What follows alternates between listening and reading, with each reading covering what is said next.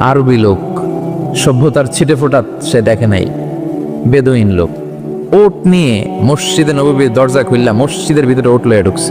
এরপর মসজিদে নবীর পিলারে ওট বেঁধে মসজিদে নবীর মাঝখানে পেশাব করতে বসছে। ওমরে ফারুক এরকম করতেছে, দাঁড়া তোর পেশাব করা দেখাইতেছি আজকে।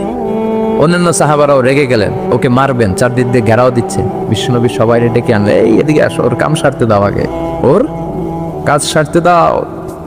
কারণ কত বড় ফিলোসোফার ছিলেন আমার নবী। পেশাব পায়খানার মাঝখানে কাউরে ধমক দিল, ওর পেশাব যদি আটকে যায় ওর এত বড় রোগ হবে, এটা অপারেশন ছাড়া বাঁচানো যাবে না। এজন্য টয়লেটে কেউ ঢুকলে আপনি দরজায় জোরে আঘাত করবেন না, চিৎকার করে ডাকবেন না, আগে তার ইউরিনটা পাস করতে দেন, তার ওয়াশরুম ক্লিয়ার করতে দেন। কি করবেন? কাশি দিবেন। আপনারও টয়লেটে যাওয়া দরকার, কিন্তু বাইরে হয় না, ভিতর থেকে। কি করবেন?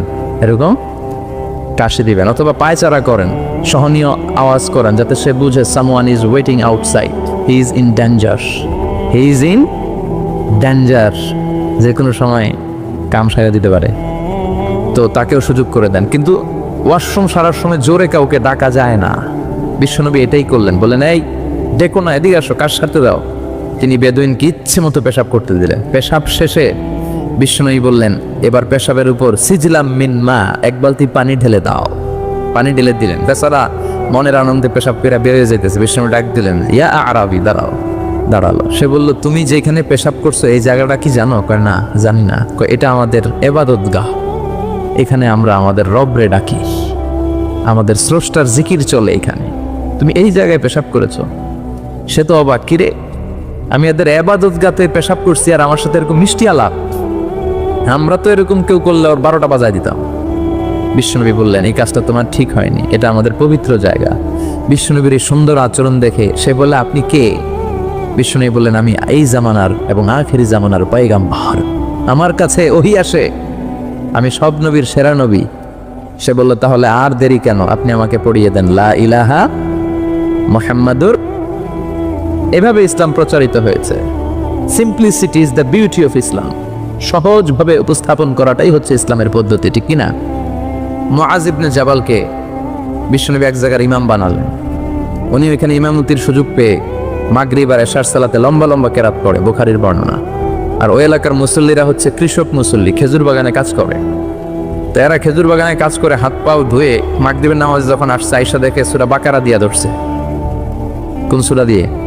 কোরআনের সবচেয়ে ছোট সূরা, তাই না? তো কতক্ষণ দাঁড়ায় থাকবে এরা? এরা তো দাঁড়ায় থাকতে পারে না। নামাজ টামাজ থুইয়া দিছে দৌড়। নিজেরা নামাজ পড়ে বিশ্বনবীর কাছে বিচার, ইয়া রাসূলুল্লাহ এমন ইমাম পাঠাইছেন, দেখেন আমরা হইতেছি কৃষক সাহাবী, খেজুর বাগানে কাজ করি, আর ইমাম সাহেব ধরছে মাগরিবে সূরা বাকারা, এশার সালাতে সূরা আলে ইমরান। বিশ্বনবী রেগে গেলেন, মুআজ ইবনে জাবালকে ডেকে পাঠালেন। বিশ্বনবী রেগে ওনাকে বললেন, আফাত্তানুন আনতা ইয়া মুআজ, মুআজ তোমার কি ফিতনা বাজানোর জন্য এলাকায় ইমাম বানাইছিলাম? তুমি কি ফিতনা তৈরি করছো? খবরদার, ইয়াসসিরু ওয়ালা তুআসসিরু, সহজ করে ইসলামকে প্রকাশ করবা, কঠিন করো না। বাশশিরু ওয়ালা তুনাফিরু, মানুষকে দিনের দিকে ডাইকো, দিন থেকে ভাগায়ও না। আমরা মানুষকে দিন থেকে ভাগাই। আমরা এমন ভাবে দিনকে প্রকাশ করি আর প্রচার করি, মানুষ দিনের কথা শুনলে দেয় দো, ওই সাহাবাদের মতো। জোরে বলেন ঠিক কি? তাহলে ইসলাম মানে কঠিন না সহজ? বিশ্বনবীর কাছে এক সাহাবী এসে বলে, ইয়া রাসূলুল্লাহ বিয়ে করব, মোহর আছে? কয় না। কি আছে? কয় কিচ্ছু নাই। কিচ্ছু নাই মানে? কয় এই তল্লাটা আমার সে গরিব কেউ নাই। তাহলে বিয়ে করবা কেমনে? সাহাবী বলে, বয়স তো বসে থাকে না। বিশ্বনবী বলেন, হ তা তো কথা ঠিক, তো কি করা যায়? তুমি কোরআন পারো? পারি। আরেক মহিলা সাহাবীকে বলল, আমার কাছে ভালো পাত্র আছে, বিয়ে করবে? করব। তুমি কোরআন পারো? কয় না, পারি না। দুজনকে বিয়ে পড়াই দিলেন। আর মেয়েকে বললেন, মা তোমার স্বামীর সম্পদ দিয়ে মোহরানা দেওয়ার ক্ষমতা নাই, তুমি কোরআন পারো না, তোমার হাজবেন্ড মাশাআল্লাহ কোরআন পড়ে, সে তোমাকে প্রতিদিন কোরআন শিখাইয়া দিবে, এটাই তোমার বিয়ের মোহর। ইউরিদুল্লাহু বিকুমুল ইউসরা ওয়ালা ইউরিদু বিকুমুল উসরা। আল্লাহ কঠিন চায় না, আল্লাহ সহজ চায়। এজন্য যারা ইসলাম বুঝাতে যে কঠিন কঠিন বিষয় আপনাদের উপর চাপায়, বুঝবেন এটা মদিনার ইসলাম নয়, বুঝবেন এটা আল্লাহর পাঠানো ইসলাম নয়। এই ধর্মটা স্বভাব সুলভ ধর্ম, পরিবেশ সুলভ ধর্ম, রুচিসম্মত ধর্ম। সুবহানাল্লাহ পড়েন। এই ধর্মের এমন কোনো নিয়ম নাই যেটা আপনার রুচির সাথে যাবে না, পরিবেশের সাথে যাবে না, বেখাপ্পা বেমানান এমন কোনো নিয়ম আছে? কিন্তু পৃথিবীর অনেক ধর্মে আছে না নাই? খ্রিস্টান ধর্মে কেউ অপরাধ করলে ওটারে পানির নিচে চুবায় রাখে, ওদের পবিত্র জায়গার পানি ওটার মধ্যে চুবায় রাখলে ওর সব গুনাহ মাফ হয়ে যায়। এটা কি মাথায় ধরে? ধরে না। হিন্দু ধর্মে, হিন্দু ভাইদেরকে আমি কষ্ট দেওয়ার জন্য বলছি না, বুঝানোর জন্য প্রক্রিয়াটা। একটা প্রথা ছিল সতী দাহ প্রথা হিন্দু ধর্মের। মানে হিন্দুদের কোনো পুরুষ মারা গেলে, স্বামী মারা গেলে শ্মশানে মৃত লাশকে ওরা পোড়ায় না। ওদের একটা নিয়ম ছিল, স্ত্রীর আগে স্বামী মারা গেলে স্বামীকে পোড়ানোর সাথে সাথে স্ত্রীকেও জ্বলন্ত আগুনে পুড়িয়ে দেয়া হতো। এই ইন্ডিয়াতে কত নারী যে জীবিত তাদেরকে পোড়ানো হয়েছে তার হিসাব নাই, পোড়ানো হয়েছে তাদেরকে। রাজা রামমোহন রায় নাম শুনছেন? উনি এসে এই প্রথার বিলুপ্তি ঘটালেন, সতীদাহ প্রথা বিলুপ্তি করলেন। তো এই যে ওদের নিয়মটা, এটা মাথায় ধরে? স্বামী মরছে তো বউরে মারবি কে? কথা বলেন। আবার হিন্দু ধর্মের আরেকটা সিস্টেম হচ্ছে, কেউ যদি খাঁটি হিন্দু হইতে চায় তার গরুর পেশাব খাওয়া লাগে, গোমূত্র পান করতে হয়। কি মূত্র? গোমূত্র পান করতে হয়। আচ্ছা, এই যে গরুর পেশাব খাওয়ার এটা কি আপনার রুচিতে যাবে? এটা কি আপনার স্বভাব সুলভ কোনো বিষয়? আমাদের ধর্মে এমন কোনো বিষয় আছে যেটা রুচির সাথে যায় না? সুবহানাল্লাহ পড়বেন না? এটা ফিতরাতি ধর্ম। ফিতরাতাল্লাহিল্লাতী ফাতারান নাস আলাইহা। এমন ফিতরাতে আল্লাহ এই ধর্মটা দিয়েছেন, যেই ফিতরাতে আল্লাহ মানুষকে বানিয়েছেন। এই ধর্মের কোনো বিষয় পালন করতে মানুষের কষ্ট হয় না। এটা সমাজসম্মত, এটা পরিবেশ সম্মত, এটা স্বাস্থ্যকর একটা ধর্ম। সুবহানাল্লাহ পড়েন। এবং পৃথিবীর যত মানুষ জন্মায় তারা সবাই এই ধর্মের উপর জন্মায়। বিশ্বনবী বললেন, মা মিন মাউলুদিন ইউলাদু আলাল ফিতরা, ইয়ানি ইউলাদু আলাল ইসলাম ফাআবাওয়া ইউহাব্বিদানি ইউনাজ্জিসানি ইউমাসসিরানি। তাকে নাসারা বানায়, মাজুসি বানায়, ইহুদি বানায়। সব বাচ্চারা যখন জন্মায় মুসলমান হয়ে জন্মায়। সুবহানাল্লাহ পড়েন। হিন্দুর ঘরেও যে বাচ্চাটা জন্মায় কি হয়ে জন্মায়? খ্রিস্টানের ঘরে যে জন্মায় কি হয়ে জন্মায়? সুবহানাল্লাহ পড়েন। পরে মা বাবা তারা ইহুদি বানায়, খ্রিস্টান বানায়, নাসারা বানায়। তাহলে এই ধর্মের একটা বৈশিষ্ট্য হচ্ছে দীনুল ফিতরা, এটা স্বভাব সুলভ ধর্ম। আলহামদুলিল্লাহ পড়েন। কয়টা গেল? হ্যাঁ, আচ্ছা, 7 নম্বর হচ্ছে দীনুল ইলম, রিলিজিয়ন অফ নলেজ। এটা জ্ঞানের ধর্ম, নলেজ বেসড রিলিজিয়ন। এই ধর্মে সবকিছু জ্ঞানের উপর ভিত্তি করে। সুবহানাল্লাহ পড়ে। মানে এই ধর্মে ঢুকলে তার পড়াশোনা করতে হবে, পড়াশোনা ছাড়া তার বাঁচার উপায় আছে? এই ধর্মের যে শ্রেষ্ঠ কিতাব কোরআন, এই কোরআনের প্রথম বাণীটা কি বলেন? ইকরা মানে কি? আল কোরআনের প্রথম বাণী পড়ো, আল হাদিসে নবীর কথা পড়ো, পড়ে পড়ে শেখো, শিখে শিখে তুমি তোমার নিজের জীবন গড়ো। সুবহানাল্লাহ পড়েন। পড়ো, পড়ে পড়ে নিজের জীবন গড়ো। আমি তো বলি সব সময় পড়বেন, সুস্থ থাকলে পড়বেন, অসুস্থ হলে পড়বেন, গাড়িতে থাকলে পড়বেন, ঘরে থাকলে পড়বেন, মরার সময় পড়বেন। মরার সময় কি পড়বেন? লা ইলাহা মুহাম্মাদুর। তার মানে পড়া ছাড়া কোনো উপায় আছে? তাহলে এই ধর্মের অনুসারীদেরকে পড়তে হয়, স্টাডি করতে হয়, ঠিক কিনা? আর বিশ্বনবী বললেন, তলাবুল ইলমি ফারিদাতুন আলা কুল্লি মুসলিম ওয়া মুসলিমা। পড়া, ধর্মীয় জ্ঞানার্জন করা সব মুসলিম নারী পুরুষের জন্য ফরজ করে দিয়েছে কে? দেখেন জ্ঞানকে ইসলাম কত মর্যাদা দিয়েছে। কবরে 3টা প্রশ্ন করা হবে, রব কে, ধর্ম কি, এই লোকের নাম কি, মুহাম্মদ সাল্লাল্লাহু। 3টা প্রশ্নের পরে আপনাদেরকে আরেকটা প্রশ্ন করা হবে, তুমি কেমনে শিখলা? এই 3টা প্রশ্নের উত্তর কেমনে জানলা? আপনাকে বলতে হবে, আমি কোরআন সুন্নাহর আলোকে জেনেছি। চিল্লায় বলেন ঠিক কিনা? তাহলে পড়াশোনা ছাড়া কোনো উপায় আছে? ইলম, দীনুল ইলম বলে এটাকে, জ্ঞানের ধর্ম, নলেজের ধর্ম। আপনাকে জ্ঞান অর্জন করতেই হবে। আবু দারদা রাদিয়াল্লাহু তাআলা আনহু, একজন সাহাবী, উনি বলেছেন, কুন আলিমান, আলেম হও। কি হও? আও মুতাআল্লিমান, অথবা আলেমের কাছে শিখো। আও মুহিব্বান, অথবা আলেমকে ভালোবাসো। আও মুত্তাবিআন, অথবা আলেমের অনুসরণ করো। শুনতেছেন? কুন আলিমান, আলেম হও। আও মুতাআল্লিমান, নয় আলেমের কাছে শেখো। আও মুহিব্বান, অথবা আলেমকে ভালোবাসো। আও মুত্তাবিআন, অথবা আলেমের অনুসরণ করো। ওয়ালা তাকুনিল খামিস, 5 নাম্বারটা হইও না।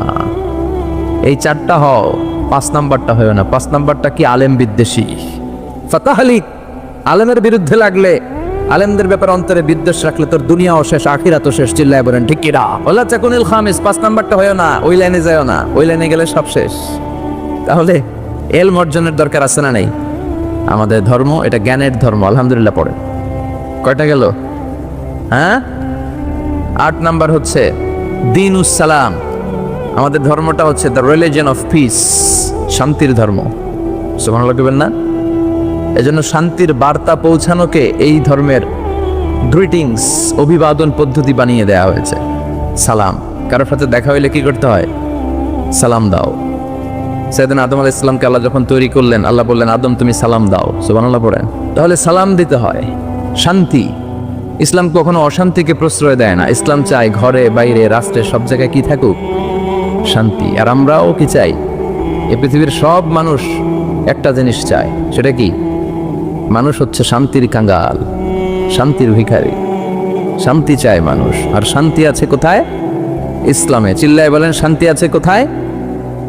এবং বিশ্বনবী যখন রাজা বাদশাদের কাছে চিঠি লিখে পাঠাতেন, মুকাওকেসের কাছে পাঠিয়েছেন, আসহামার কাছে পাঠিয়েছেন, নাজ্জাশির বাদশা, হিরাক্লিয়াসের কাছে পাঠিয়েছেন, রোমের বাদশা। চিঠি যখন বাদশাদের কাছে লিখে পাঠাতেন, বিশ্বনবী লিখতেন, প্রথম শব্দটা, বিশ্বনবীর চিঠির প্রথম শব্দ ছিল সালাম। চিঠির প্রথম শব্দ ছিল কি? সালাম। তিনি লিখতেন সালামুন আলা মান ইত্তাবা আল হুদা, শান্তি তার উপর যে হেদায়েত পছন্দ করে। তারপর লিখতেন আসলিম তাসলাম, ইসলাম মানো শান্তিতে থাকবা, দুনিয়াও শান্তি আখিরাতেও শান্তি। সুবহানাল্লাহ পড়ে। তাহলে এই ধর্মের আরেকটা বৈশিষ্ট্য হচ্ছে দীনুস সালাম। এটা শান্তির ধর্ম। কিসের ধর্ম? শান্তির ধর্ম। কয়টা গেল? 8টা। 9 নাম্বার হচ্ছে দীনুল ওয়াসাতিয়াতি ওয়াল ইআতিদাল। This religion is a balanced religion, ভারসাম্যপূর্ণ জীবন ব্যবস্থা। ওয়াকাযালিকা জাআলনাকুম উম্মাতান ওয়াসাতা লিতাকুনু শুহাদা আলান নাস। আর অনুরূপভাবে আমি এই ধর্মকে তোমাদেরকে ব্যালেন্সড, ভারসাম্যপূর্ণ করে তৈরি করেছি। বাড়াবাড়িও নাই, সারাসারিও নাই। সুবহানাল্লাহ কোন? কিন্তু আমগো মধ্যে দুইটাই আছে। হ্যাঁ, বাংলাদেশে যারা ইসলাম পালন করে বেশিরভাগ কেউ গেছে বাড়াবাড়িতে, কেউ গেছে সারাসারিতে। কেউ বাড়াবাড়ি করতে করতে এমন জিনিস লাগাইছে যেগুলো ইসলামে নাই, আর কেউ বাদ দিতে এমন বাদ দিছে ইসলামের অনেক কিছুই ওটার ভিতরে নাই। আমাদেরকে ওয়াসাতিয়ার মধ্যে থাকতে হবে। আল ওয়াসাতিয়া।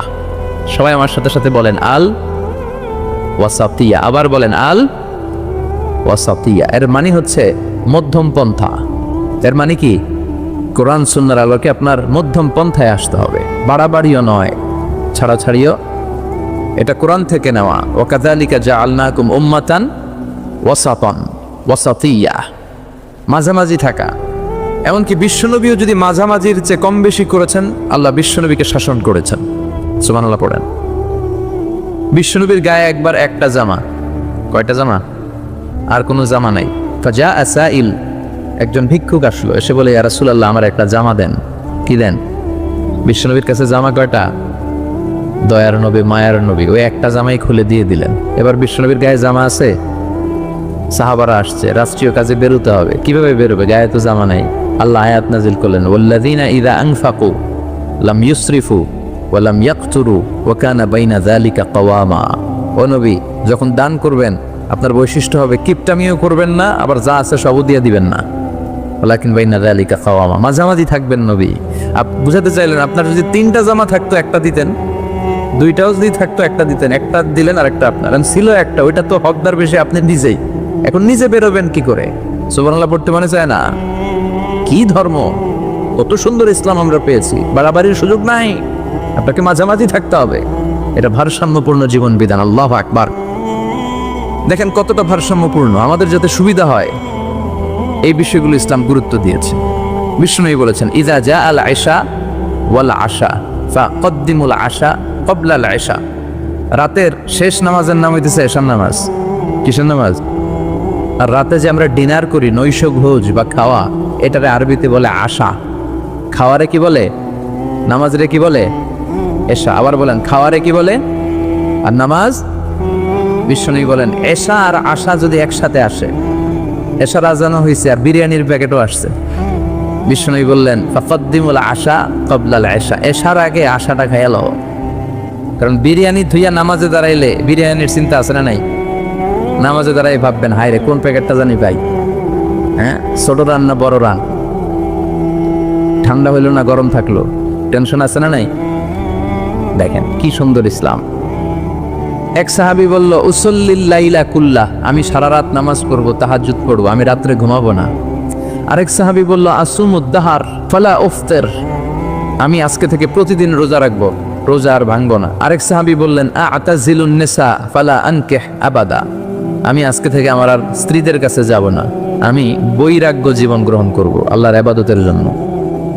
এই ঘটনা বিশ্বনবীর কানে গেল, বিশ্বনবী রেগে গেলেন, বিশ্বনবী সাহাবীদেরকে ডাকলেন। বিশ্বনবী বললেন তোমরা কি আমার চেয়েও বেশি মুত্তাকি হতে চাও, আমার চেয়ে বেশি আল্লাহওয়ালা হতে চাও? আচ্ছা একটু বুঝে শুনে বলেন তো, বিশ্বনবীর চেয়েও বেশি আল্লাহওয়ালা হওয়া যায়? বিশ্বনবীর চেয়েও বেশি মুত্তাকি হওয়া যায়? বিশ্বনবীর চেয়ে বড় বুজুর্গ হওয়া যাবে? আমার নবী সবচেয়ে বড় বুজুর্গ। বিশ্বনবী বললেন আমি তোমাদের চেয়ে আল্লাহরে চিনি বেশি, মানি বেশি, আমি তোমাদের চেয়ে বেশি মুত্তাকি। এরপরে আমি বিয়ে করছি, স্ত্রীদের সাথেও মিশি, আবার সময়ও কাটাই। সুবহানাল্লাহ পড়েন। আমি রাত্রে তাহাজ্জুদও পড়ি, আবার ঘুমাইও। আমি মাঝে মাঝে রোজা রাখি, মাঝে মাঝে রাখি না। সুবহানাল্লাহ পড়েন। তো আমার সমস্যা হয় না, তোমরা এগুলা পাইলা কই? আমার তাকওয়াতে তো কোনো সমস্যা হয় নাই। এজন্য যে নামাজের কথা বলছো সে রাতে কিছু অংশ ঘুমাবা, বাকি অংশ নামাজ পড়বা। যে বলছো স্ত্রীদের সাথে মিশবা না, তোমার এই কাফারা দিয়ে তুমি ফিরে আসো, স্ত্রীদের সাথে অবশ্যই সময় কাটাবে। আর যে বলেছো আজীবন রোজা রাখবো, আজীবন রোজা রাখার কোনো সিস্টেম নাই, ভেঙে ভেঙে রাখবা, সোমবার বৃহস্পতিবার রাখবা। আর বেশি রাখতে চাইলে একদিন রাখবা, আরেকদিন রাখবা না, একদিন রাখবা, আরেকদিন রাখবা না। এটা সিয়াম ও দাউদ আলাইহিস সালাম, দাউদ নবীর রোজা, এর চেয়ে শ্রেষ্ঠ রোজার হতে পারে? এটা ভারসাম্য পাইছেন? মাঝামাঝি পাইছেন? তাহলে বাড়াবাড়ি আর সারাসারিতে যাওয়া যাবে? থাকতে হবে মাঝামাঝি। চিল্লায় বলেন থাকতে হবে মাঝামাঝি। কয়টা গেল? হ্যাঁ আচ্ছা, সর্বশেষ হচ্ছে আল উদুহ। আল উদুহ মানে ক্ল্যারিটি।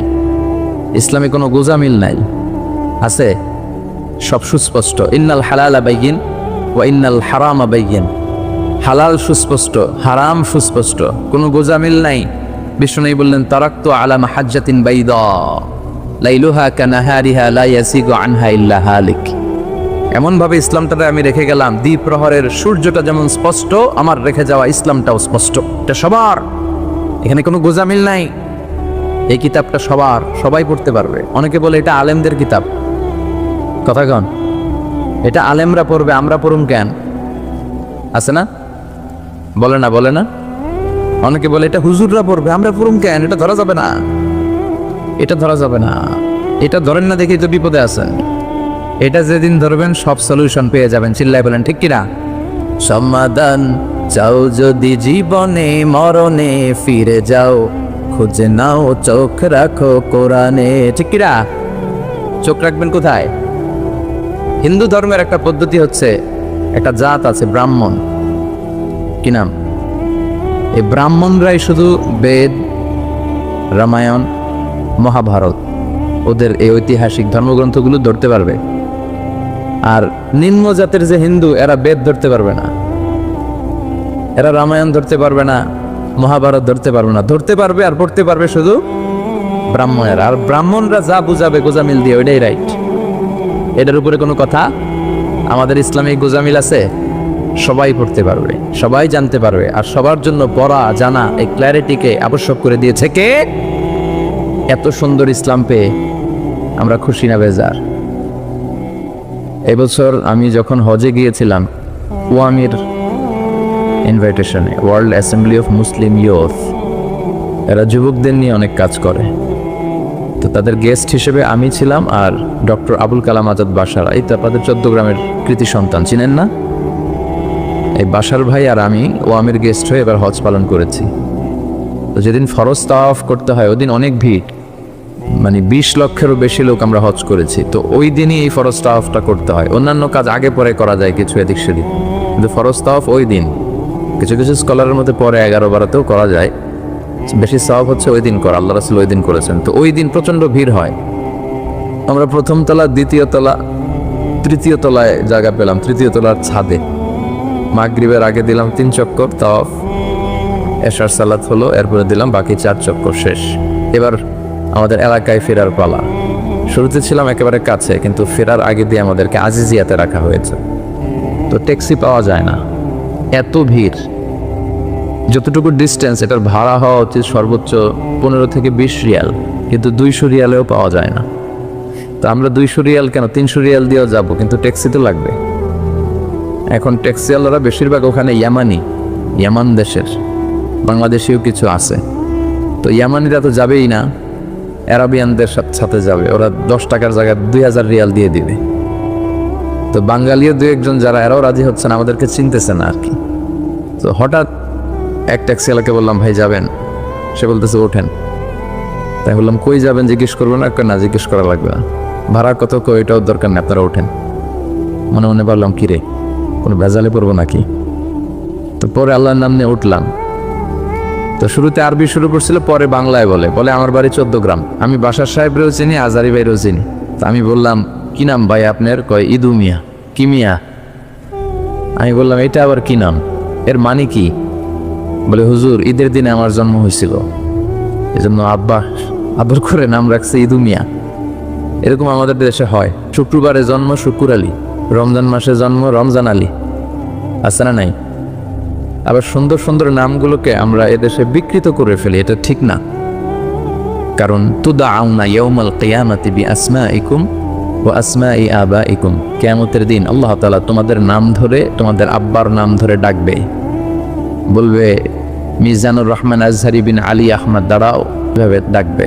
আপনার নাম আপনার আব্বার নাম। এই জন্য বিশ্বনবী বলেছেন ফাআহসিনু আসমাআকুম, নামগুলো সুন্দর সুন্দর রাখবা, উল্টাপাল্টা রাখলে ওগুলা ধরেই ডাকবে, আর কিয়ামতের ময়দানে সবাই হাসাহাসি করবে। বিশ্বনবী বলেছেন আহাব্বুল আসমা ইলাল্লাহি আব্দুল্লাহ ওয়া আব্দুর রহমান, আল্লাহর কাছে সবচাইতে প্রিয় নাম হচ্ছে 2টা, এক হচ্ছে আব্দুল্লাহ, আরেক হচ্ছে আব্দুর রহমান। লিকুল্লি ইসমিন আসারুন, প্রত্যেক নামের একটা প্রভাব আছে, কোনো কিছুই প্রভাব মুক্ত নয়। আপনি যে নাম রাখবেন ওই নামের একটা প্রভাব আপনার জীবনে থাকবে। এজন্য আমরা যেন আমাদের নামগুলো সুন্দর সুন্দর রাখি। আল্লাহ তুমি তৌফিক দাও। আমি শারীরিকভাবে খুব অসুস্থ, আমি আসতে পারবো ভাবি নাই, তারপরে এসেছি। কয়েক মিনিট কিছু কথা বলবো, তারপর দোয়া করে একসাথে বিদায় নিব ইনশাআল্লাহ।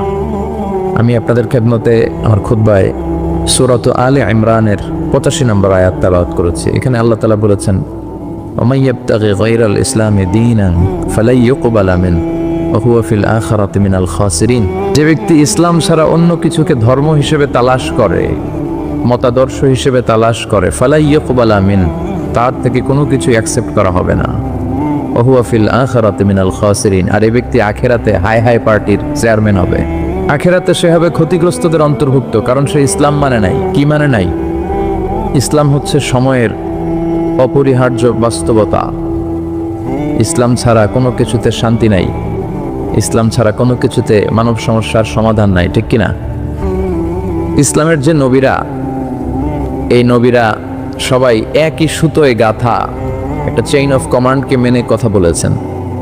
এ ধর্মের নবীদের কারো কথার সাথে কারো কথার কোনো অমিল ছিল কি?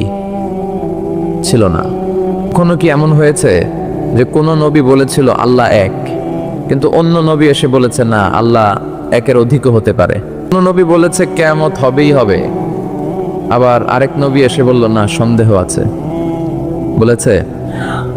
এই যে লক্ষাধিক পয়গাম্বার, তাদের কারো কথার সাথে কারো কথার অমিল নাই, সবার কথার মধ্যে অসাধারণ মিল। কারণ ওনারা মন মস্তিষ্ক প্রসূত কোনো কথা বলতেন না, তাদের কথাগুলো আসতো বেসিক্যালি একটা হেডকোয়ার্টার থেকে। চিল্লায় বলেন তো হেডকোয়ার্টারটা কার? এজন্য কোনো অমিল নাই। কিন্তু পৃথিবীতে যত নেতা খেতা, দার্শনিক, বুদ্ধিজীবী, এদের কারো কথার সাথে কারো কথার মিল নাই। কার্ল মার্কস একজন দার্শনিক, সে বলল মানুষ হচ্ছে পেট সর্বস্ব জীব, মানে মানুষের পেটের সমস্যার সমাধান তো সবকিছুর সমাধান। এরপর ভ্লাদিমির লেনিন এসে বলল না, মানুষ হচ্ছে সেক্স সর্বস্ব জীব, মানুষের সেক্স ঠান্ডা তো সব ঠান্ডা। তারপর চার্লস ডারউইন এসে বলল না, মানুষ না, মানুষ হলো বান্দর। মানুষ কি?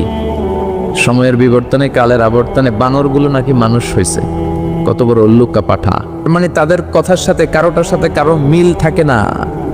আর নবীদের কথাগুলো একজনের সাথে আরেকজনের ব্যাপক মিল, কোনো অমিল থাকে না। চিল্লায় বলেন ঠিক কিনা?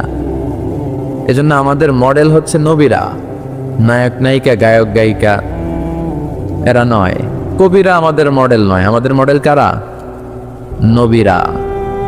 তো ইসলাম হচ্ছে সময়ের অপরিহার্য বাস্তবতা। এজন্য আল্লাহ বলেছেন, ওয়ামাই ইয়াবতাগি গায়রাল ইসলামি দীনান ফালাই ইউকবালা মিনহু ওয়া হুয়া ফিল আখিরাতি মিনাল খাসিরিন। ইসলাম ছাড়া যারা অন্য কিছুতে সুখ তালাশ করে তার কোনো কিছুই আল্লাহ গ্রহণ করবে না। Whoever seek a faith or religion except Islam, that will be not accepted from him and he will be loser in akhirah. আখিরাতে সে হবে হাই হাই কোম্পানির মালিক, লুজার, ওর কিছু নাই। ইয়া লাইতানি কুনতু তুরাবা, সেদিন সে চিৎকার করবে আর বলবে, হায় হায়, আমি যদি মাটির সাথে মিশে যেতাম, আজকে যদি হিসাবের জন্য আমার দাঁড় করানো না হতো। আল্লাহ বলবেন, অমতাজুল ইয়াউমা আইয়ুহাল মুজরিমুন, ও পাপীরা আলাদা হয়ে যা। ওই সময় বোঝা যাবে কার কত দাপট। কথা বলেন। দুনিয়ায় দাপটের শেষ নাই, ক্ষমতার শেষ নাই, বাহাদুরির শেষ নাই। ওই দিন হবে ফাইনাল খেলা। কি খেলা? ইয়াউমুত তাগাবুন, কার কত দাপট, কার কত ক্ষমতা, কার কত বাহাদুরি, সেদিন সব প্রকাশ হয়ে যাবে। চিল্লায় বলেন ঠিক কিনা? এজন্য রব্বুল আলামিন বলেন, ওয়ামাই ইয়াবতাগি গায়রাল ইসলামি দীনান ফালাই ইউকবালা মিনহু ওয়া হুয়া ফিল আখিরাতি মিনাল খাসিরিন। ইসলাম ছাড়া কেউ যদি অন্য কোথাও শান্তি তালাশ করে, তার কোনো কিছুই আল্লাহ কবুল করবে না, আর আখিরাতে এই লোকটা হবে ক্ষতিগ্রস্তদের অন্তর্ভুক্ত। ঠিক কিনা? কারণ দিন হিসেবে আল্লাহর কাছে একমাত্র অ্যাকসেপ্টেড রিলিজিয়ান, ধর্মের নাম কি? আল্লাহর কাছে মাকবুল, আল্লাহর কাছে গ্রহণযোগ্য, আল্লাহর দেয়া ধর্ম একটা। চিল্লায় বলেন, সেটার নাম কি? ইসলাম। পৃথিবীর সব নবীগুলো মুসলমান ছিল। সব নবীগুলো কি ছিল? ইহুদিরা বলে সৈয়দনা ইব্রাহিম আলাইহিস সালাম নাকি ইহুদি ছিল। নাউজুবিল্লাহ পড়বেন না?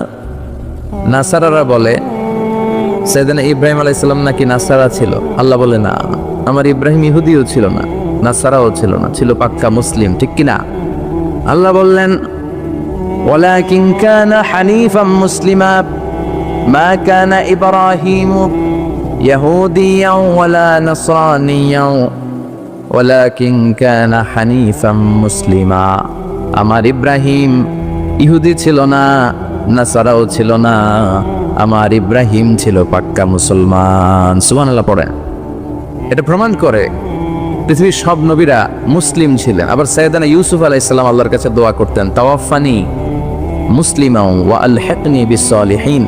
আল্লাহ, তুমি মুসলমানদের সাথে আমার মৃত্যু দিও, মুসলিম অবস্থায় মৃত্যু দিও, আর নেককার সৎ কর্মশীল বান্দাদের সাথে তুমি আমার হাসর নসিব করে দিও। পড়ে না আমিন। তাওয়াফানি মুসলিমা, আল্লাহ মুসলিম হিসেবে মরণ দাও। তার মানে উনিও মুসলমান ছিলেন। সুলাইমান আলাইহিস সালাম যখন বিলকিসের কাছে চিঠি লিখলেন, বললেন, আল্লাহ তাআলু আলাইয়া ওয়া আতুনি মুসলিমিন, বেশি খবরদারি দেখায়ও না বিলকিস, মুসলমান হয়ে মাথাটা নত করে আমার কাছে আসো। সুবহানাল্লাহ পড়েন। তার মানে সব নবীদের ধর্মের নাম কি ছিল? সব নবীদের ধর্মের নাম ছিল ইসলাম। কিন্তু কোন নবীর সময়কালেই আল্লাহ তাআলা এই ইসলামকে পরিপূর্ণতা দান করেন নাই। ইসলামকে আল্লাহ পরিপূর্ণতা দান করেছেন বিশ্ব নবীর সময়ে এসে। সুবহানাল্লাহ পড়েন। আল্লাহ বললেন, আল ইয়াউমা আকমালতু লাকুম দীনাকুম ওয়া আতমামতু আলাইকুম নি'মাতি ওয়া রাদিতু লাকুমুল ইসলাম দীনা। ও নবী, আজকে আমি আপনার ধর্ম ইসলামকে পরিপূর্ণ করলাম। আপনার উপর যত নিয়ামত দেয়ার সব নিয়ামতকে আমি পূর্ণাঙ্গতা দিয়ে দিলাম, আর ইসলামকে ধর্ম হিসেবে চুজ করে আমি আল্লাহ খুশি হয়ে গেলাম। সুবহানাল্লাহ পড়েন। ওয়া রাদিতু লাকুমুল ইসলামা, দিন হিসেবে ইসলামকে চুজ করে আমি আল্লাহ খুশি। আল্লাহ আমাদেরকে ইসলাম দিয়ে খুশি। আমরা ইসলাম পেয়ে খুশি না বেজার? এজন্য প্রত্যেক সালাতের পরে আমরা পড়ি, রদিতু বিল্লাহি রব্বা ওয়া বিল ইসলামি। আল্লাহকে রব হিসেবে পেয়ে আমরা খুশি, আর ইসলামকে দিন হিসেবে পেয়ে আমরা খুশি। সুবহানাল্লাহ পড়েন। আল্লাহ ইসলামকে পরিপূর্ণতা দান করলেন বিশ্বনবীর সময়কালে। বিশ্বনবীর আগের সব নবীরা ছিলেন মুসলিম, কিন্তু তাদের কোন নবীর সময়ে আল্লাহ তাআলা ইসলামকে পরিপূর্ণতা দেয় নাই। ইসলামকে পরিপূর্ণ করেছে কোন নবীর সময়ে? আয়াতটা নাজিল হয়েছে বিদায় হজের ভাষণ যেদিন বিশ্বনবী দিয়েছিলেন, ওই বিদায় হজের দিন, জুমা বা আসরের সালাতের পরে মাগরিবের আগে। হজের মহা সম্মেলনে আল্লাহ তাআলা এই আয়াতটি নাজিল করে ইসলামকে একেবারে ইনট্যাক্ট, কমপ্লিটলি ইনট্যাক্ট করে দিলেন। ইনট্যাক্ট বুঝেন? সিলগালা মারা, আর কিছু ঢুকবেও না, এখান থেকে কিছু বেরও করা যাবে। এজন্য বিশ্বনবী বলতেন, মান আহদাসা ফি আমরিনা হাদা মা লাইসা মিনহু ফাহুয়া রাদ। আমার এই ধর্মে, ইসলামের ভেতরে যে নতুন করে কিছু ঢুকাইলো যেটা ইসলামের অন্তর্ভুক্ত নয়, এটা রাদ, ইয়ানি মারদুদ, প্রত্যাখ্যাত। এটার সাথে ইসলামের কোনো সম্পর্ক নাই। চিল্লায় বলেন ঠিক কিনা?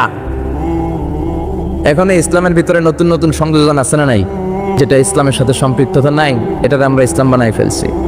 নতুন সিস্টেমে অনেক কিছু ইসলামের মধ্যে এই দেশেও আছে না নাই। আল্লাহ এগুলো থেকে তুমি আমাদেরকে বাঁচাও।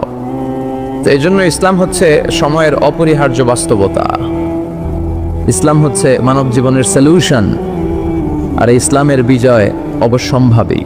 ইসলামের আওয়াজকে, ইসলামের বিজয়কে, ইসলামের গতিকে কেউ ঠেকাতে পারবে না। চিল্লায় বলেন ঠিক কিনা? এখন কেন আমরা ইসলামকে মানব?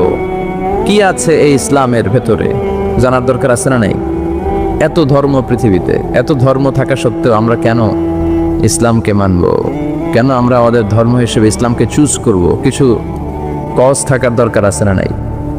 এই কজগুলো নিয়ে আমি কয়েক মিনিট কথা বলবো, ইনশাআল্লাহ। পড়েন খাসাইসুল ইসলাম, দ্য ক্যারেক্টারিস্টিক্স অফ ইসলাম।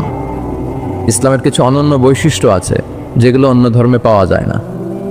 নাস্তিকদের সাথে যখন কথা বলবেন, অন্য ধর্মের লোকদের সাথে যখন কথা বলবেন, এই পয়েন্টগুলো আপনার জানা দরকার। তা না হলে আপনার ধর্মকে আপনি রিপ্রেজেন্ট করতে পারবেন না। আপনার ধর্মের মুখপাত্র হয়ে আপনি কথা বলতে পারবেন না। আপনার ধর্মটা কেমন, কেন এই ধর্মের জন্য এত পাগল পাড়া, কেন এই ধর্মের জন্য আপনি রক্ত ঢালতে রাজি, জানার দরকার আছে না নাই? এরকম 10টা অনন্য গুণ দিয়ে আল্লাহ তাআলা ইসলামকে সমৃদ্ধ করেছেন। সুবহানাল্লাহ পড়েন, শুনবেন সবাই। নাম্বার 1, ইসলাম ধর্মের অনন্য বৈশিষ্ট্য সমূহের মধ্যে থেকে একটা বৈশিষ্ট্য হচ্ছে আর রব্বানিয়া। এই ধর্মটা আল্লাহর দেয়া ধর্ম। কার দেয়া? হিন্দু ধর্মকে আল্লাহর দেয়া। বৌদ্ধ ধর্ম, বৌদ্ধ ধর্মটা আসলে কোনো ধর্মই না, এটা একটা ফিলোসফি, এটা দর্শন। গৌতম বুদ্ধের কিছু দর্শন, তার মন মস্তিষ্ক প্রসূত কিছু কথা। বুদ্ধাং শরণং গচ্ছামি, ধম্মাং শরণং গচ্ছামি, নির্বাণাং পরমং সুখং, নির্বাণাং পরম শান্তি, ওম শান্তি। শান্তি শান্তির কথা বলে, আর সুযোগ পাইলে খালি অশান্তি লাগায়। আছে না নাই? গত কয়েক বছর আগে ওদের শান্তির নমুনা কি আমরা দেখছি। আরাকানে কথা বলেন, নিজের দেশের জনগণরে নিজ ভূখণ্ডে থাকতে দেয় না। আমাদের মতো এরকম একটা গরিব দেশের ভেতরে 10 লক্ষ আরাকানের মুসলমানদেরকে ভিটেমাটি ছাড়া করে ওরা বাংলাদেশে ঢুকাই দিছে। গোটা বিশ্বে জুলুম অত্যাচারের এরকম নমুনা আর কোন ধর্মের লোকরা দেখাতে পারে নাই। যেরকম ঠিক কিনা? আলা মিন মুস্তাগফিরিন আগফির আলা। কার ক্ষমা দরকার? ক্ষমা চাও, ক্ষমা করে দেব। আমাদের তো ক্ষমা টমার দরকার নাই। আমরা সবাই নিষ্পাপ, নাকি গুনাহগার, নাকি পাপী? শুধু পাপী না পাপীর ঘরের পাপী? কেউ না জানুক, আমার পাপের খবর রাখে একজন। তিনি কে? পৃথিবী জানে না। জানে কে? দরজা বন্ধ করে, লাইট অফ করে একা একা পাপ করছি। পুলিশ দেখে নাই, র্যাব দেখে নাই, বন্ধু বান্ধব দেখে নাই, পরিবারের কেউ দেখে নাই। দেখলো কে? সবার চোখ ফাঁকি দেয়া গেলেও ফাঁকি দেয়া যায় না একজনের চোখ। চোখটা কার? তার চোখকে কখনো ফাঁকি দেয়া যায় না। এজন্য আমরা সবাই পাপী। শুধু পাপী না, পাপীর ঘরের পাপী। 14 গোষ্ঠী আমাদের পাপী, তাই না? এই জন্য আমাদের ক্ষমা চাওয়া উচিত খুব বেশি বেশি আল্লাহ তাআলার কাছে। আমরা সবাই পাপী। শেষ রাতে আল্লাহ ডাকে, কার পাপ আছে বলো, ক্ষমা চাও, ক্ষমা করে দেব। কে অন্যায় করেছো বলো, ক্ষমা চাও, ক্ষমা করে দেব। চোখের পানি ছেড়ে যদি ক্ষমা চাই, মাফ করে দেয় কে? চোখের পানির এত মর্যাদা, আল্লাহ এটারে বড্ড পছন্দ করে। 2 ফোঁটা পানি আল্লাহর কাছে সবচেয়ে প্রিয়। কয় ফোঁটা?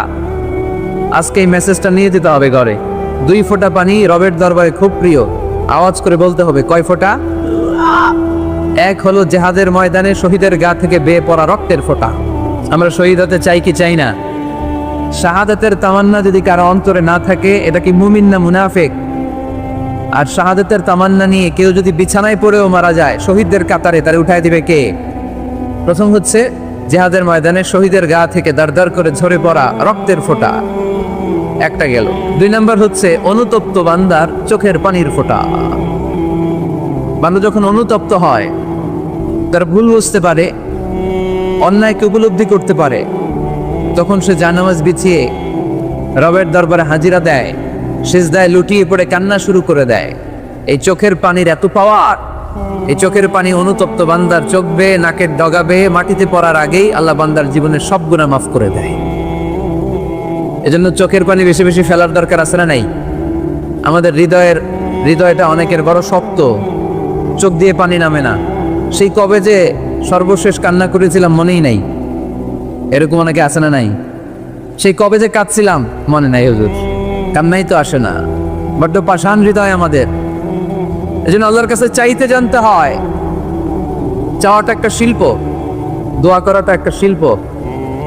এটাকে শিখতে হয়, এটাকে আয়ত্তে আনতে হয়, এটাকে বশে আনতে হয়, এটার সাথে আবেগ, ভালোবাসার উচ্ছ্বাস যুক্ত করতে হয়, চোখের পানির ছোঁয়া লাগাতে হয়, তাহলে এটা আরশের মধ্যে যে নক করে। আর হুজুর দোয়া করতেছে অন্যদিকে তাকায় আছে, এরকম আসরা নাই, তো এই দোয়ায় কোনো লাভ হবে না। সিনসিয়ারিটি, সিনসিয়ার দোয়া ইজ লাইক এ মিজাইল, আর দোয়া সিলাহুল মুমিন। দোয়া হচ্ছে মুমিনের অস্ত্র, ট্যাঙ্ক, মিজাইল। এগুলো আমাদের অস্ত্র না, আমাদের আসল অস্ত্র আমাদের দোয়া। বুঝে নাই বোধহয় আসল অস্ত্র কি? এজন্য we have to always keep in touch with our Lord. সব সময় আল্লাহর সাথে কিপ ইন টাচ, আল্লাহর সাথে টাচে থাকতে হবে, ঠিক কি না? লুজ টাচ হইলে হবে না, কিপ ইন টাচ অলওয়েজ। বিপদে পড়লে একজনের কাছে ফরিয়াদ করব, তিনি কে? তিনি দেওয়ার জন্য বসে আছেন, চাইলেই তিনি দেন। এটা আমাদের অস্ত্র। যেখানে সবকিছুর কারিশমা শেষ, সেখানে দোয়ার কারিশমা শুরু। আমরা অনেক সময় শুনি ক্যান্সারে আক্রান্ত, ক্যান্সার নামে একটা রোগ আছে না? ডাক্তাররা বলে ক্যান্সার যার নাই অ্যান্সার। ডাক্তার ঘোষণা দিছে এই রোগী তো বাঁচবে না, সর্বোচ্চ বাঁচলে 6 মাস। কয় মাস? এরপরেও দেখা গেল লোকটা 10 বছর বেঁচে ছিল। এরকম আছে না নাই? সব ডাক্তার ফেল, ঘোষণা দিয়েছে 6 মাস বাঁচবে, কিন্তু বেঁচে রইল 10 বছর। এই যে 10 বছর বেঁচে রইল, কিসের কারিশমা? আল্লাহর কারিশমা, দোয়া, দোয়ার বদৌলত। এজন্য বেশি বেশি দোয়া করতে রাজি আছেন তো? বেশি বেশি দোয়া করতে হবে, দোয়া করলেই লাভ। জীবনের যত দোয়া আপনি করেছেন, আপনার দোয়া কবুল করছে কে? তবে সাথে সাথে সব সময় করে না। 3টা পদ্ধতিতে আল্লাহ দোয়া কবুল করেন। কয়টা পদ্ধতিতে? আল্লাহর কাছে চাইলে আল্লাহ বলে ওকে ফাইন, দিব দিব, কবুল, দিব, অ্যাকসেপ্টেড, ইয়েস। দিব না, রিজেক্টেড, নো। এগুলো আল্লাহ কখনো বলে? আল্লাহ সবসময় বলে ইয়েস, অ্যাকসেপ্টেড, দেব। তবে 3 ভাবে দেয়। কয় ভাবে? আপনি দোয়া করলেন, চাইলেন। প্রথম পদ্ধতি, চাওয়ার সাথে সাথে আল্লাহ দোয়া কবুল করে নেয় আর দিয়ে দেয়, পেয়ে আপনি খুশি হয়ে যান, আলহামদুলিল্লাহ পড়েন। দ্বিতীয় পদ্ধতি, আপনি আল্লাহর কাছে চাইলেন, আর অল্প কয়েক মিনিট কথা, আর অল্প কয়েক মিনিট বসো না, এরকম করো না, আওয়াজ করো না। বেশিরভাগ ইয়াং ছেলেপেলে আসছে, 15 থেকে 25 বছর, রেগুলার, ঠিক কিনা? আগে খেলতো ক্রিকেট, এখন চলে আসে কোরআনের ময়দানে। খুশি না বেজার? তো আমি এই জন্য আমি সম্বোধন করে তুমি বলে, আমি এদেরকে কি বলি? আমি বলি যে এই বসো বসো। তো একজন আমার আবার চিঠি লেখছে, হুজুর আপনি যে বসো বসো বলেন, অনেক মুরব্বীও তো আছে। আমি বলি ভাই, আমার মাহফিলে মুরব্বীরা কম, ইয়াংরা বেশি, ঠিক কিনা? আর যখন মুরব্বী বাজানদেরকে উদ্দেশ্য করে বলি, তখন বলি বসেন। কিন্তু আমি যখন বলি বসেন, ছেলেরা আবার বলে বসেন বসেন। বেজাল আছে না নাই? তো এই জন্য বসো বললেও ঝামেলা, বসেন বললেও। হুজুর বিয়ে করলেও দোষ, হুজুর বিয়ে করে না এটাও দোষ, হুজুর দেখতে সুন্দর এটাও দোষ, হুজুর দেখতে বেশি স্মার্ট না এটাও দোষ, হুজুর খায় কম, খাইতে পারে না, দোষ, হুজুর খায় বেশি, এটাও। অনেকে বলে হুজুর আপনি বেশি ইংরেজি বলেন, এটা আপনার দোষ। আবার আমেরিকায় যারা থাকে তারা বলে হুজুর আরেকটু যদি ইংরেজি বাড়ায় বলতেন আমাদের ছেলেমেয়েরা বেশি বুঝতে পারতো, আপনি যে কম বলেন এটা আপনার দোষ। ভেজাল আছে না নাই? সব ভেজাল থেকে আল্লাহ তুমি এই জাতিকে নির্ভেজাল করে দাও। আর অল্প কয়েক মিনিট, ডিস্টার্ব করো না। তো আল্লাহ 3 ভাবে আমাদের দোয়া কবুল করে। পদ্ধতি নাম্বার 1, চাওয়া মাত্রই দিয়ে দেয়, বলে হ্যাঁ দিব, তো দিয়ে দেয়, আমরা খুশি। পদ্ধতি নাম্বার 2, আমরা যাই, আল্লাহ এটা দাও, আল্লাহ তখনও বলে ইয়েস দেব, কারণ না বলে ফিরিয়ে দিতে আল্লাহ জানেন দেব, তবে সাথে সাথে দেন না, লেটার অন, দেরি করে। কখন দিলে আমার জন্য ভালো, এটা আমার চেয়েও ভালো জানে কে? দেরি করে দেয়। পদ্ধতি নাম্বার 3, আমি চাইলাম আল্লাহ এটা দাও, আল্লাহ বলি ইয়েস দেব, সাথে সাথে দেয় না, দেরি করেও দেয় না। এটা কিয়ামতের ময়দানের জন্য তিনি রেখে দেয়, যাতে ওই দিন বিপদের কালে এই দোয়ার বদৌলতে তিনি আমাদেরকে বাঁচিয়ে দিতে পারে। তাহলে যে এত এত দোয়া করি, লাভ আছে না নাই? হয় সাথে সাথেই কবুল, নয় কিছু সময় দেরি করে কবুল, তা না হলে আখেরাতের অ্যাকাউন্টে আমাদের জন্য ব্যালেন্সে রেখে দিয়েছে কে? এজন্য আজকের এই মাহফিল তখনই সার্থক হবে যখন আমরা এই সিদ্ধান্ত নিতে পারবো যে আমরা চাইবো একজনের কাছে তিনি কে, এবং চাইবো চাওয়ার মতো। যেহেতু এটা একটা শিল্প, আর্ট, এটাকে আত্মস্থ করতে হয়। চাওয়ার মতো চাইলে এটা কখনো মিস হয় না। এজন্য আমরা মন প্রাণ উজাড় করে আল্লাহ তাআলার কাছে চাইবো, শুধু নিজের জন্যই চাইবো, আশেপাশে আর কারোর জন্য চাইবো না। কেন ওনার জন্য চাবো কেন? আমার দামি চাবো, ওনারটা উনি চাবে। কথা কন। অনেকে বলে হুজুর আমি আরেকজনের জন্য দোয়া কইরা কি লাভ, ওনারটা উনি করবে, আমারটা আমি করি। এরকম একটা লজিক বা যুক্তি আছে না নাই? এটা ভুয়া যুক্তি, এটা কোনো গ্রাউন্ড নাই। কারণ আমার জন্য দোয়া করলে যেমনি লাভ, আরেকজনের জন্য করলেও লাভ। হাদিসে এসেছে কোন মুসলিম যদি ইয়াদউ লি আখিহিল মুসলিম বিযাহরিল গায়ব, তার কোনো ভাইয়ের জন্য যদি কেউ দোয়া করে, ওই দোয়াটা আগে আল্লাহ তার জন্য কবুল করে নেয়। কারণ সে দোয়া যাই করে, পাশ থেকে ফেরেশতারা বলে ওয়ালাকা বিমিসলিন, ওয়ালাকা বিমিসলিন, তোমার জন্য এটা কবুল করুক। যেমন আপনি দোয়া করলেন আল্লাহ আমার এই ভাইটা অসুস্থ, আল্লাহ আমি দোয়া করছি আল্লাহ আপনি তারে সুস্থ করে দেন। ফেরেশতারা বলে আল্লাহ ওয়ালাকা বিমিসলিন, যিনি দোয়া করছে তার যদি কোনো রোগ বালাই থাকে আগে তারে সুস্থ করে দেন। আমি দোয়া করলাম আল্লাহ আমার এই ভাইটা হজে যেতে পারে না, আল্লাহ তুমি তারে হজে যাওয়ার তৌফিক দান করো। ফেরেশতারা বলে ওয়ালাকা বিমিসলিন, মানে আল্লাহ যিনি দোয়া করতেছে আগে তার হজের ফ্লাইটটা কবুল করো। লাভ আছে না নাই? এজন্য নিজের জন্য দোয়া করলেও লাভ, পরের জন্য দোয়া করলেও লাভ। কোন সময়ে কি দোয়া করবেন কোরআনে আছে না নাই? আল্লাহর নবীরা এগুলো আমাদেরকে সব শিখিয়ে গিয়েছে। সাইয়েদনা আদম আলাইহিস সালাম ভুল করে গন্ধম খেয়ে ফেললেন, আল্লাহর কাছে কাঁদতে শুরু করলেন, শত শত বছর চোখের পানি ছেড়ে উনি কাঁদলেন। আর একটা দোয়া আমাদের জন্য রেখে গেলেন যে আমরাও আদম জাত, বানি আদম, আমরাও যদি ভুল করি আমরাও যেন এই দোয়াটা পড়ে কেঁদে কেঁদে আল্লাহর কাছে ক্ষমা চাইতে পারি, ঠিক কিনা? সাইয়েদনা আদম আলাইহিস সালাম ভুল করে ফেললেন, আল্লাহর কাছে চোখের পানি ছাড়লেন, অনুতপ্ত হলেন আর দোয়া করলেন রব্বানা যালামনা আনফুসানা ওয়া ইল্লাম তাগফির লানা ওয়া তারহামনা লানাকুনান্না মিনাল খাসিরিন। আল্লাহ ভুল করেছি, অপরাধ করেছি, অন্যায় করেছি, তুমি যদি মাফ না করো কেউ মাফ করার নাই, ঠিক কিনা? এভাবে ভুল হয়ে গেলে ক্ষমার রাস্তা খোলা। অনেকে রাস্তা বন্ধ করে দেয়, ভয় দেখায়, হায় হায় তুই তো কাফের, তুই তো জাহান্নামী। এরকম আছে না নাই? বনি ইসরায়েলের যুগে এক আল্লাহর ওলি, তার পাশে থাকতো এক বেনামাজি। ঘর থেকে বেরোইলে বেনামাজিরে দেখলে বলতো এই জাহান্নামী। বিকেলবেলায় ঘরে আসার সময় কিরে জাহান্নামী, আবার দেখা হইলে এই তুই তো জাহান্নামী, খালি ডাক দিত জাহান্নামী বলে। কিয়ামতের দিন আল্লাহর ওলিরে আল্লাহ ডাকবে, আল্লাহ ডেকে বলবে এই তুমি যে এরা জাহান্নামী বলে ডাক দিছো, কে জাহান্নামে যাবে আর কে জান্নাতে যাবে এই ডিলারশিপকে আমি দুনিয়ায় তোমারে দিছিলাম, তো তুমি ওরে জাহান্নামী কেন বললা? ও নামাজ পড়ে নাই, ও আমারে ডাকতে পারে নাই, কিন্তু তোর মতো বেয়াদবি করে নাই, চিল্লায় বলে ঠিক কিনা? আজকে ওরে আমি জান্নাতে দেব, তোরে জাহান্নামে দেব। খবরদার, কাউরে জাহান্নামী বলার আগে 1000 বার ভেবে নেবেন।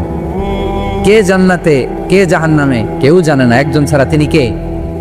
সবাই যদি জান্নাতে যায়, জান্নাতে তো ঠেলাঠেলি হবে, আজকের মতো ঠেলাঠেলি হবে না? সর্বশেষ জাহান্নামের আগুনে 1000 বছর পুরে যে লোকটা জান্নাতে যাবে, তার জান্নাতের সাইজ হবে এই পৃথিবীর 10 গুণ। জান্নাতের এক একটা যে দরজা হবে, বিষ্ণু বললেন মা বাইনা মক্কা তাওয়া হাজার, সৌদির মক্কা শহর থেকে বাহরাইনের 1000 শহর যত লম্বা, যা ঠিক তত লম্বা। সেই হিসাবে এক ধাক্কায় কয়েক হাজার কোটি জান্নাতি একবারে ঢুকবে। আমরা আমাদের দরজা দিয়ে, ঘরের দরজা দিয়ে একসাথে কয়জন ঢুকি? বড় জোর 2 জন, তার চেয়েও ধাক্কাধাক্কি করে সর্বোচ্চ জান্নাতের এক একটা দরজা দিয়ে এক ফাউজে একবারে ঢুকতে পারবে কয়েক হাজার কোটি বানি আদম। তো ওই জান্নাত যদি আল্লাহ সবাইরে দেয়, আমার কোনো সমস্যা আছে? এজন্য ইবাদত নিয়ে যেন আমরা কখনো অহংকার না করি, ইলম নিয়ে যেন কখনো অহংকার না করি, আমরা যেন বিনয়ী হই। আমরা যেন নিচু হই। কেউ নিচু হতে চাইলে আল্লাহ তারা টেনে ওঠায়, আর কেউ উপরে উঠতে চাইলে আল্লাহ থাপ্পড় বেঁধে জামিনে কেটে দেয়। চিল্লায় বলেন ঠিক কিনা? সৈয়দনা আদম আলাইহিস সালাম ভুল করলেন, ক্ষমা চাইলেন, ক্ষমা করে দিল কে? এজন্য আমাদেরও যদি ভুল হয়ে যায় আমরা আল্লাহর কাছে মাফ চাইবো। মাফের দরজা খোলা আছে না নাই? আবার সাইয়েদনা ইব্রাহিম আলাইহিস সালাম দোয়া করলেন, রব্বি জাআলনি মুকিমাস সালাতি ওয়া মিন যুররিয়াতি রাব্বানা ওয়া তাকাব্বাল দুআ। আল্লাহ আপনি আমার নামাজ কায়েমকারী বানান, আমার কলিজার টুকরা ইসমাইলকেও আমার সাথে নামাজ কায়েমকারী বানান, আমার দোয়াটা আপনি কবুল করে নেন। এরপরে কোনো বিপদে যদি পড়ে যাই, কোনো আপদ মুসিবতে যদি পড়ে যাই, কি দোয়া করতে হবে? সাইয়েদনা ইউনূস আলাইহিস সালামের ওই দোয়াটাও আল্লাহর কোরআনে আছে না নাই? লা ইলাহা ইল্লা আনতা সুবহানাকা ইন্নী কুনতু মিনাজ জালিমিন। সবাই পড়েন লা ইলাহা ইল্লা আনতা সুবহানাকা ইন্নী কুনতু মিনাল জালিমিন। লা ইলাহা ইল্লা আনত, আপনি ছাড়া কোনো ইলাহ নাই, সুবহানাক, আপনি পবিত্র, ইন্নী কুনতু মিনাজ জালিমিন, আল্লাহ আমি জুলুম করেছি, ভুল করেছি, অন্যায় করেছি, আপনি ছাড়া বাঁচানোর কেউ নাই। ঠিক কি না? আল্লাহ ছাড়া বাঁচানোর কেউ আছে? তরানোর কেউ আছে? আমি ছাড়া আল্লাহর আরো গোলাম আছে না নাই? আমি ছাড়া, আমি তো আল্লাহর বান্দা, আমি ছাড়া আল্লাহর আরো বান্দা আছে না নাই? তো আল্লাহ ছাড়া আমার দ্বিতীয় কোনো রব আছে? দোয়া এটা বলবেন, আল্লাহ আমি ছাড়া তোমার গোলামের অভাব নাই, আমি ছাড়া তোমার বান্দা বান্দির অভাব নাই, কিন্তু তুমি ছাড়া আমার কেউ না, তুমি ছাড়া আমারে ক্ষমা করার বাঁচানোর কেউ নাই। এজন্য বিপদে পড়লেই একটা নাম নিতে হয়, তিনি কে? লা ইলাহা ইল্লা আনতা সুবহানাকা ইন্নী কুনতু মিনাজ জালিমিন। এটা বিপদে পড়ার দোয়া। বিপদে পড়লে এই দোয়া পড়বেন। মুক্ত করবে কে? মাছের পেট থেকে সাইয়েদনা ইউনূস আলাইহিস সালামকে বাঁচালেন কে? আমাদের দেশে এটা শুধু ওই যে বজ্রপাত করলে পড়ে, তাই না? কি গায়? ঠেড়া, ঠাড়া, ঠাটা, বজ্রপাত শুদ্ধ বাংলায়। যে বজ্রপাত করলে পড়ে, আসলে শুধু বজ্রপাতের সময়ই না, যে কোনো বিপদ দেখলেই কি পড়বেন? লা ইলাহা ইল্লা আনতা সুবহানাকা ইন্নী কুনতু মিনাজ জালিমিন। ৭১ সালে পাক হানাদার বাহিনী এদেশের মানুষদের উপর অনেক অত্যাচার করেছিল। বেশি করেছিল আমাদের হিন্দু ভাইদের উপর। মুসলমান হলে ছেড়ে দিত, হিন্দু হইলে গুলি মারত। এক মুসলমানদের রাস্তায় থামাইছে পাক হানাদার বাহিনী, আর জিজ্ঞেস করতো কালেমা বল, কালেমা বলতে পারলে ছেড়ে দিত। মাথার মধ্যে বন্দুক ঠেকায় একজনের বলে সালে কালেমা বাতা। মুসলিম আর হিন্দু, আমি মুসলমান, সালে কালেমা বাতা, তাহলে কালেমা বল। তো এই বেটায় ভয়ে পড়া আরম্ভ করছে, লা ইলাহা ইল্লা আনতা সুবহানাকা ইন্নী কুনতু মিনাজ জালিমিন। পাকিস্তানি রেগে গিয়ে বলে, সালে ইয়ে তো মুসিবত কা কালেমা হ্যায়, এটা তো মুসিবতে বললে পড়ে। বাঙালি কয়, হাম তো ভি মুসিবত মে হ্যায়, আমিও তো মুসিবতেই আছি। তুমি বন্দুক ধরে কালেমা জিজ্ঞেস করো, আমার হুশ আছে? আমি বেহুশ, আমি ডরে কি পড়তেছি আমি নিজেও জানি না। যে এটা হচ্ছে মুসিবত কা কালেমা। বিপদে পড়লে যদি পড়েন, বিপদ থেকে উদ্ধার করবে কে? অনেকের মুখে কথা আটকে যায়, তুতলামি হয়, মামলিন হয়, হৃদয়ে ভয় হয়, দোয়া আছে না নাই? সাইয়েদনা মুসা আলাইহিস সালাম বললেন, রাব্বি শরহ লি সাদরি ওয়া ইয়াসসির লি আমরি ওয়াহলুল উকদাতাম মিন লিসানি ইয়াফকাহু কওলি। সুবহানাল্লাহ পড়েন।